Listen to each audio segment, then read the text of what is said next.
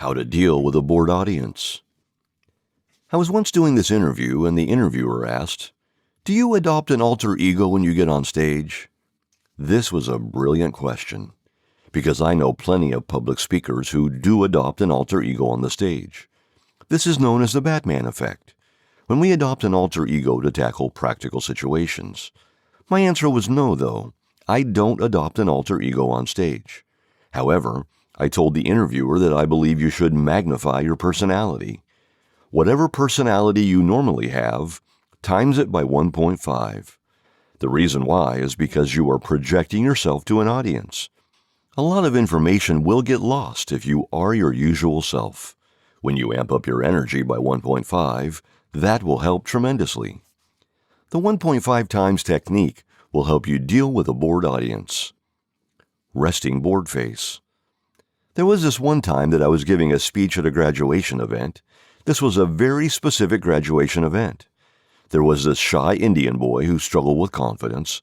Let's call him Keenan for the sake of the story. His parents enrolled him in this public speaking boot camp to build his confidence. The boot camp was for 7 weeks. After 7 weeks, he was a changed boy. He was ready for graduation. The boot camp instructor asked me to speak at Keenan's graduation. I created a speech called The Blurry Vision. This speech was going to talk about how a vision starts off blurry, but gets clearer the more you work on it. I thought I was going to move the audience, and I was sort of right. Most of the audience seemed very engaged by my words, but Keenan looked so bored. He had this depressed-looking face, was yawning every now and then, and slouching. Seeing his visible boredom rattled me. I didn't deliver the speech to the best of my abilities. I let one boy shoot down my enthusiasm. What a bored audience can do to a speaker's psyche. Notice something from my story. It's not like the entire audience was bored. It was only one member who was bored. Didn't matter, though. It still rattled me. The audience has a tremendous impact on a speaker's psyche. When the audience is disengaged and looking bored, it has the ability to ruin the speaker's enthusiasm. This is when a toxic loop begins. 1. The bored audience affects the speaker's enthusiasm. 2. The speaker delivers the speech in a flat way. 3. The flat speech further bores the audience. And on we go.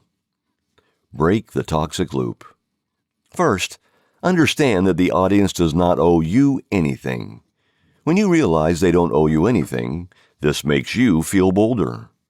You as the speaker realize that you need to bring the vibe. Even if they are bored, that's not going to hurt your mood. Have you ever had a moment when the party was not lit like you were expecting, but you still had fun? This past week at work was brutal. So, you weren't going to let the bored party members get you down. You would bring the enthusiasm if needed.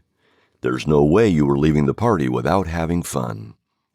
That's what public speaking is about. You need to be able to bring the vibe at will. With that attitude, now we want to further expand on the 1.5 times rule. Amplifying our personality. Try this exercise when you have a chance. Get a camera and record a short talk. Watch yourself back. You'll notice something. When you were delivering the talk, it felt high energy. However, when you are watching the talk back, it feels low energy. Why? The reason why is because of the personality drop-off rate. When you record yourself, you are being converted into digital bits. In that conversion process, a lot of your charm drops off as well. To fight this, we need to amp it when recording. This forces you to align your mind, breath, body. No wasted space. The personality drop-off rate also applies to public speaking. The bigger the audience, the more chance of your personality dropping off. Therefore, you need to make yourself bigger. Envision what it's like to 1.5 times your personality. You'll automatically feel a little bigger. It's sort of like if you are 5'4" and I tell you to walk like you are 6'4". Automatically, your posture will straighten. When you give the command to 1.5 times your personality, you become bigger. A bored audience won't faze you. Heck, a bored audience will turn less bored near you. Give the same speech in 3 different ways. Create a speech about whatever. Got it? Yes, sir. Great. Now, imagine giving the speech in front of 3 people, 30 people, 300 people. If you have the budget, you can get a projector and pull an image of 3, 30, and 300 people. You'll notice how your speech delivery changes as you deliver to the different audience sizes.